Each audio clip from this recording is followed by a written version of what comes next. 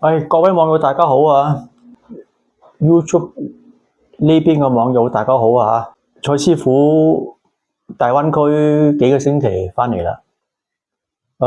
呢一集咧，我冇講武術，我亦都冇講咩旅遊嘅飲飲食食，比較沉重啊呢一集。如果中意我、認識我好多年嘅網友可能有興趣聽。如果邊個諗住武術咧，呢一集我冇講武術㗎。其實我今次大灣區呢幾個星期咧，發生一件好唔開心嘅事，就係我咁多年由82、83年已經識嘅一個同學，可以話戰友，因病離開咗我。咁所以但係當然我去大灣區呢個旅遊我係有見過佢嘅，同佢食過3次飯啊。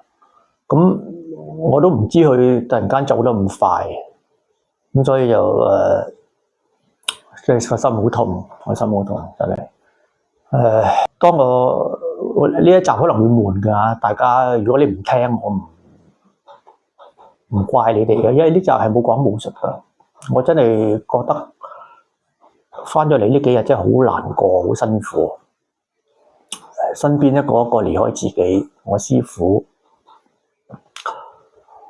幾個好好嘅朋友，真係好嘅朋友，大家都知啦，係唔超過5、6個人，已經有好多個離開咗我。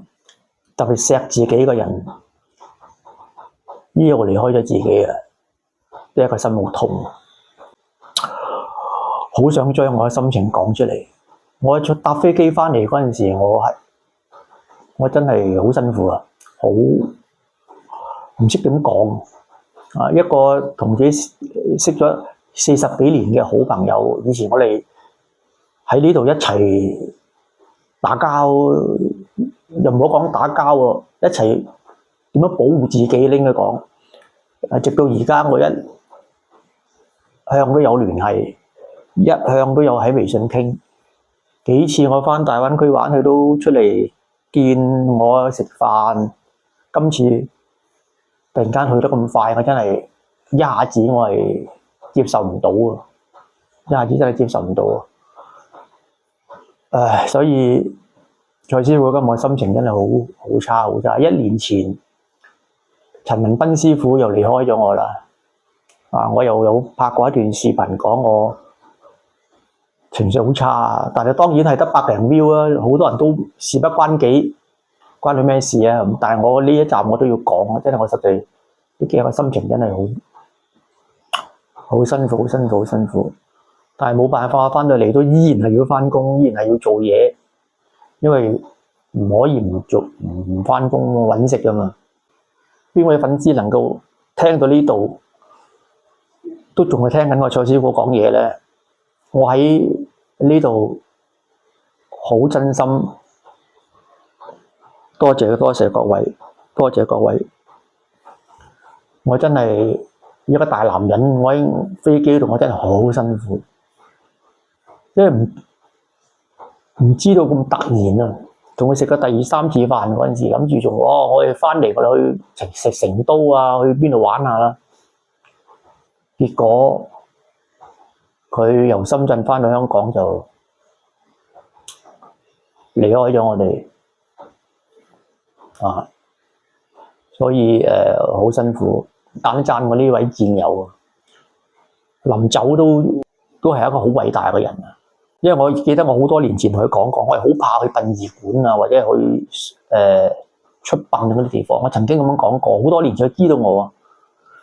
咁佢走，佢臨走之前好辛苦噶啦，喺病床度寫幾個結字俾我，話佢叫我文哥啊。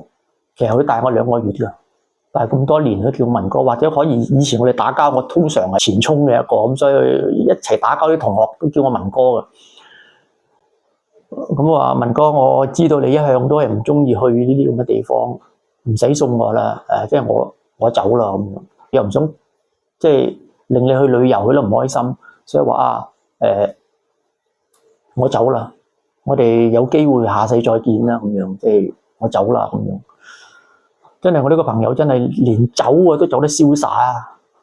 令我睇完嗰幾廿個字，我哇啲眼淚兩白冷。即係呢段時間我真係，以前我翻到嚟屋企第一時間，我翻到嚟啦，傾下講啊。而家好似突然間冇咗一個好同得傾得嘅人，一下子真係好難消化得到啊！所以呢段時間真係好辛苦啊！點解同我好嘅人、錫我嘅人一個一個離開我咧？師傅，以前我契媽，幾個好朋友，唔啱傾嘅、唔好嘅人住正你對面啊！好嘅錫自己一個一個走晒，我真係好心痛，好心痛。即係唔通睇相佬話我蔡漢文要孤獨終老，真係好心痛，我都唔識點講啊！各位網友，我喺大灣區拍咗好多片，訪問過啲師傅，我會一集一集剪好 upload 上去 YouTube 其他頻道俾大家睇。咁希望大家繼續留意我呢個頻道啦。做咗咁多年，我都唔想放棄。我講到呢度，我個情緒都好，